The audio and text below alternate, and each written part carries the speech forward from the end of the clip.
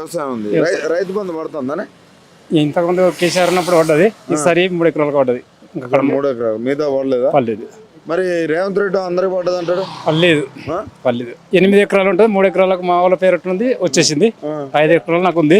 5 ఎకరాలు ఉన్న వాళ్ళకి పడలే. అసలు కేసీఆర్ ఉన్నప్పుడు మంచిగా ఉందా, రేవంత్ రెడ్డి ఉన్నప్పుడు? కేసీఆర్ ఉన్నప్పుడు రైతు బంధు అన్ని కరెక్ట్ వచ్చినాయి. ఆడవాళ్ళకి ఫ్రీ బస్ ఎట్లుంది? వాళ్ళకు అంతే, వాళ్ళకు 4,000 ఇస్తానే వరకు వేసేసారు. అంతేనా? అంతే. అమ్మకు 2,500 వస్తానే నెల నెలకు? వస్తాయి, 2,000 వస్తున్నాయి అంతే. అంటే పింఛన్ వస్తుంది, దాన్ని 4,000 చేస్తా అన్నాడుగా. అది చేయలేడు కదా, అదే కదా, అది 4,000 చేస్తానే వాళ్ళు మోసపోయారు. ఇది 2 లక్షల రుణమాఫీ చేస్తానే దానికి ఆగిపోయింది అంతే.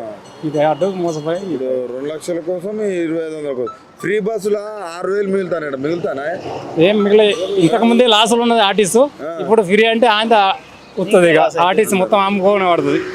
ఇప్పుడు ఇక్కడ మీకు ఎంపీగా ఎవరు ఆయన అరవింద్ ఉండే బస్సు పోటు తెచ్చినాడే.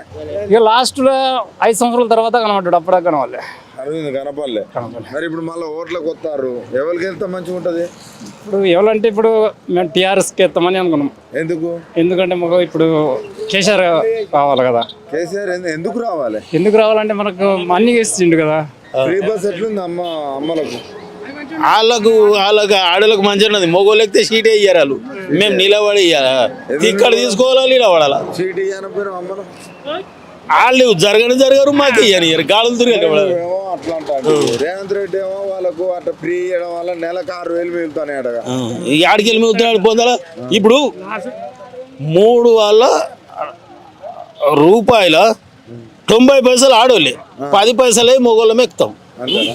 10 పైసలు తిక్కటి 10 మందిని తీసుకుంటాం. ఆడికి వెళ్ళి మిగులుతాడికి, ఆడికి పెట్రోల్కు నిండాయి, బస్సు నడిపించినోడికి, ఆ డ్రైవర్ జీతాలకు నిండాయి. ఆడికి వెళ్ళి మిగులుతాయి, ఇక ఆడికి గుడిసెల మిగులుతాయి. 2,500 ఇస్తాడా? 2,500 6,500 2,500 ఇస్తాడు కదా. ఓలకి ఇస్తుండు 2,500. ప్రతి మహిళకి 2,500 ఇస్తా అన్నాడు. లేదు, ఆ 2,016 రూపాయలు. అబద్ధాలు ఆడుతున్నారు కానీ 2,016 రూపాయలు నేను అడిగేది పింఛన్ కాదు. మళ్ళా మహిళకు 18 ఏళ్ళు నిండిన ప్రతి ఆడపిల్లకు 2,500 రూపాయలు ఇస్తానన్నాడు. 2,500 ఇస్తానమని కూడా రాహుల్ గాంధీ తోటి నేను చెప్పించిండు. ఇదివరకు 1 రూపాయి వాళ్ళకి ఇవ్వాలి మా ఊళ్ళో. అమ్మ సిటీ గిట్ట కడతాను, 1 రూపాయి వాళ్ళకి ఇవ్వలేక పింఛనే ఇస్తుండు కానీ ఆ 2,500 వాళ్ళకి ఈడు ఏకంగా 4,000 చేస్తాను, 4,000 లేదు, 4 రూపాయలు లేవు. అంతేనా?